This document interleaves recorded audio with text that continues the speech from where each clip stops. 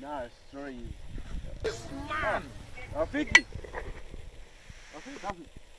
Uko poa? Niko poa. Mimi mzima kabisa. Kanio? Oi. Yo.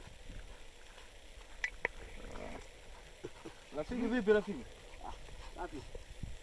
Hiya wanawake hiyo.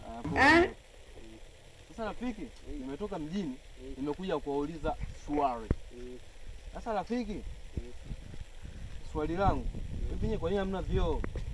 Sio nini kati inasaidia tu kwenye kitano.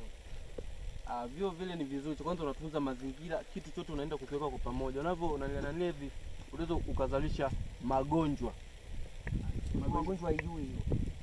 Sasa yani achana na magonjwa. Cha kwanza kwa mfano, umeingia kichakani kukata gogo. Gogo? Asa gogo hairuhusiwi kukata miti, maana ikata miti labda mama yoyo inaenda kunania kupika. Sio gogo hilo la kuni. Gogo la nanilia. Unaona? Inakata. Unaona sasa umeenda huko umekutana na babako na yeye anakata gogo. Babako hujamuona madako? Haiwezi kukutana maana hiki kichaka ni kubwa. Itizo ikatokea bahati mbaya. Unaona? Sasa nini? Oi. Hii jamaa inasalau kabisa. Sasa mimi nakwambia kitu ambacho ni positive.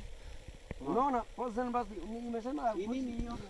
Maana yake nini? Yaani maana yake ni ng'ombe unamuita kwa hiyo nani yeye? Hamna, hii positive kitaalamu tunaita vitu weupe. Unaona? Sasa mimi cha kuwashauri, mjitahidi nanyi kuchimba vyoo ili kila mtu anaingia chooni kuta hakuna mtu. Sasa hivi mtu ukamkuta babako anakata gogo alafu mazingira ya madako namuona, hiyo ni laana. Unaona? Unaona salau. Sawa rafiki tulia kwanza. Bado sijamaliza. Usiwe mkali rafiki. Kwa mfano sasa, achana na hayo. Nyinyi vitakani kuwa mnaenda na toilet paper. Unaona? Toilet paper ya nini? Mnaenda na nini? toilet paper ni nini? Yaani ni karatasi ambayo laini hapo utaenda kutolea uzwandu au yale mabaki ya kinyesi yaliyobaki. Achana na hiyo. Mbona mwendi na maji huku vichakani unaona? Maji ya nini? Si maji ya kujitawazia, alafu mbona nasikia harufu?